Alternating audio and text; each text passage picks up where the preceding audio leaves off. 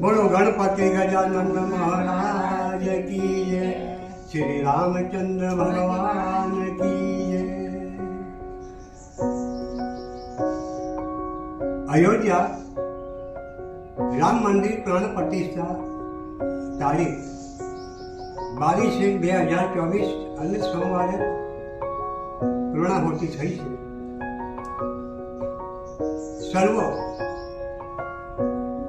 ભારત તો દેશ ખરો, પણ અખિલ બ્રહ્માંડમાં દેશ વિદેશોની અંદર તમામ ઉત્સવો ઉજવણી થઈ છે। ખરી રીતે ગણવા જાય તો વર્ષની અંદર દિવાળીનો ઉત્સવ જે કરે છે લોકો, ઘરે ઘર દીવા, કાળી ચૌદને દિવાળી, ધનતેરસ ના દીવા સળગે છે લોકોના ઘરમાં। તો આજે ભગવાન રામને દિવાળી આખા વિશ્વમાં ઉજવાઈ ગઈ છે કે જેને દેશ વિદેશો તમામની અંદર ભગવાન પ્રકાશિત થઈ ગયા। તો રાજા રજવાડા, પ્રધાન તમામ તેમજ બોમ્બેથી ઘણા ખરા માણસોની અંદર આત્મજ્ઞાન થઈ ગયું અને પરમાત્માના ધામ પર સર્વંતર તૂટી પડ્યા છે। પબ્લિક ઉપસ્થિત થઈ છે અને પ્રાણ પ્રતિષ્ઠા સારી રીતના થઈ ગઈ છે। આજથી રામ ભગવાનની પૂજા ચાલુ થઈ જશે, તીર્થવાસીઓના દર્શન પર ચાલુ થઈ જશે। તો ભાવિક રામાયણમાં એવું કહેવામાં આવ્યું છે કે જે સરયુ નદીની અંદર સ્નાન જેને નથી કર્યું તેને કઈ પૂર્વજન્મના કરેલા પાપ ધોવાયા નથી। કારણ કે જે 14 લોકના નાથજી રામ એને અયોધ્યાની અંદર જન્મ લીધો છે અને એ સર્વની અંદર વ્યાપક છે। એને જાણવાનું કેટલું છે કે આજે જે પ્રાણ પ્રતિષ્ઠા જઈ તેની અંદર પરમાત્મા સર્વની અંદર વ્યાપક થઈ ગયો।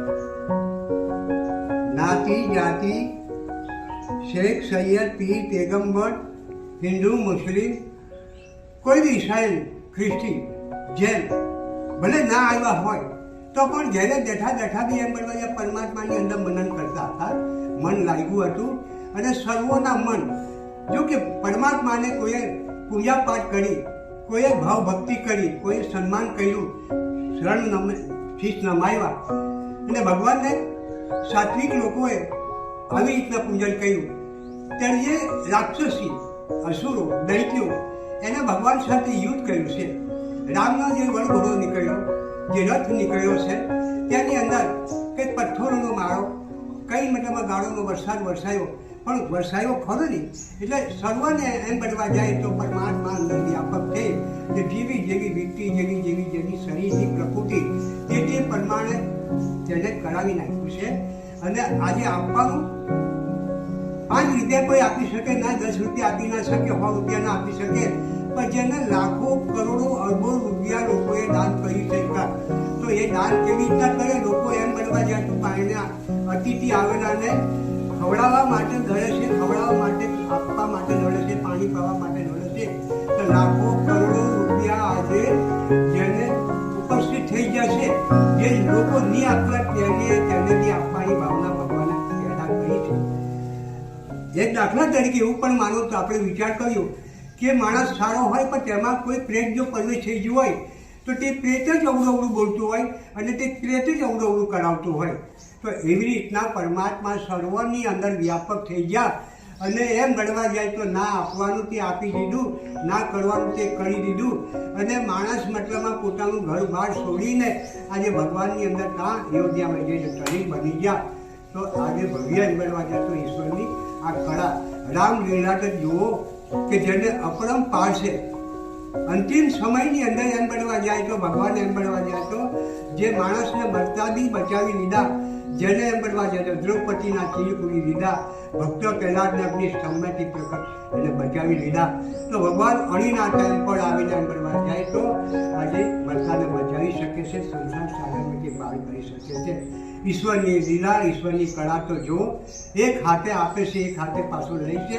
પણ એમ બનવા જાય તો એ ઈશ્વરની કળાને કોઈ જાણી શકે, કોઈ સંત મહાત્મા બીજા કોઈ ના જાણી શકે.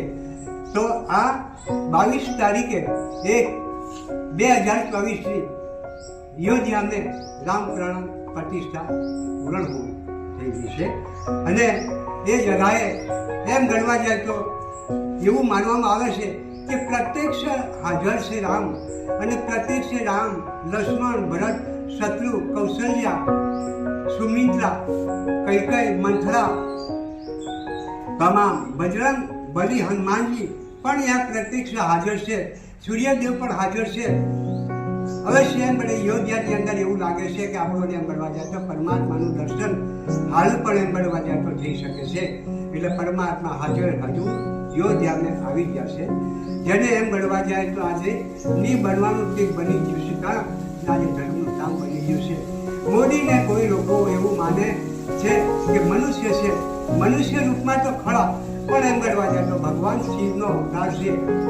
ભગવાન શિવનો અવતાર છે અને એમ ગણવા જાય તો એને આ નાગરિક તરીકે એમ ગણવા જાય તો આ મંદિરને ઉત્પાદન કર્યું છે. અને કોને કેટલા હજારો કરોડો ગરીબોના આત્માનો ઉદ્ધાર કરી રાખ્યો. અને મોદીએ જે કહ્યું છે તો આ દેશની એવી રીતના સેવા કરી છે કે એ કમાઈ ગયો, એમ એ કમાઈ ગયો, ધન નથી કમાઈ ગયો, કશું નથી કમાઈ ગયો, પૈસો નથી કમાઈ ગયો, કશું નથી કમાઈ ગયો, પણ એક એના સત્કર્મ કમાઈ ગયો. સત્કર્મ કમાઈને એ જાણે છે કે મારે બીજો અવતાર પાછો લેવાનો છે, એટલે સત્કર્મની કમાણી કરી. કેમ કે આપણે તો કોઈ પુણ્ય કરીએ, 5 આત્માને ખવડાવીએ, પણ આખા દેશને વિદેશની અંદર મતલબ મોદીનું પુણ્ય મતલબ પ્રાપ્ત થઈ ગયું છે. તો આજની મતલબમાં આ પૂર્ણાહુતિની અંદર મારી જે કંઈક ઉપદેશની વિનંતી કરું છું, સર્વ ધર્મના સંતો, ભક્તો, ભાવિકોને, તમામ દેવી દેવતાઓને મારા નમસ્કાર છે. સદગુરુ બોલો સનાગિરી મહારાજ કી જય. 10 નામી સનાગિરી મહારાજ, ફોન નંબર 96298482. શ્રી રામચંદ્ર ભગવાન કી જય. શ્રી રામચંદ્ર ભગવાન કી જય. હનુમાન દેવ કી જય. ગણપતિ ગજાનંદ કી જય. સરસ્વતી માતે કી જય. હર હર મહાદેવ કી જય. પાર્વતી પતિ હર હર મહાદેવ. ધરતી માત કી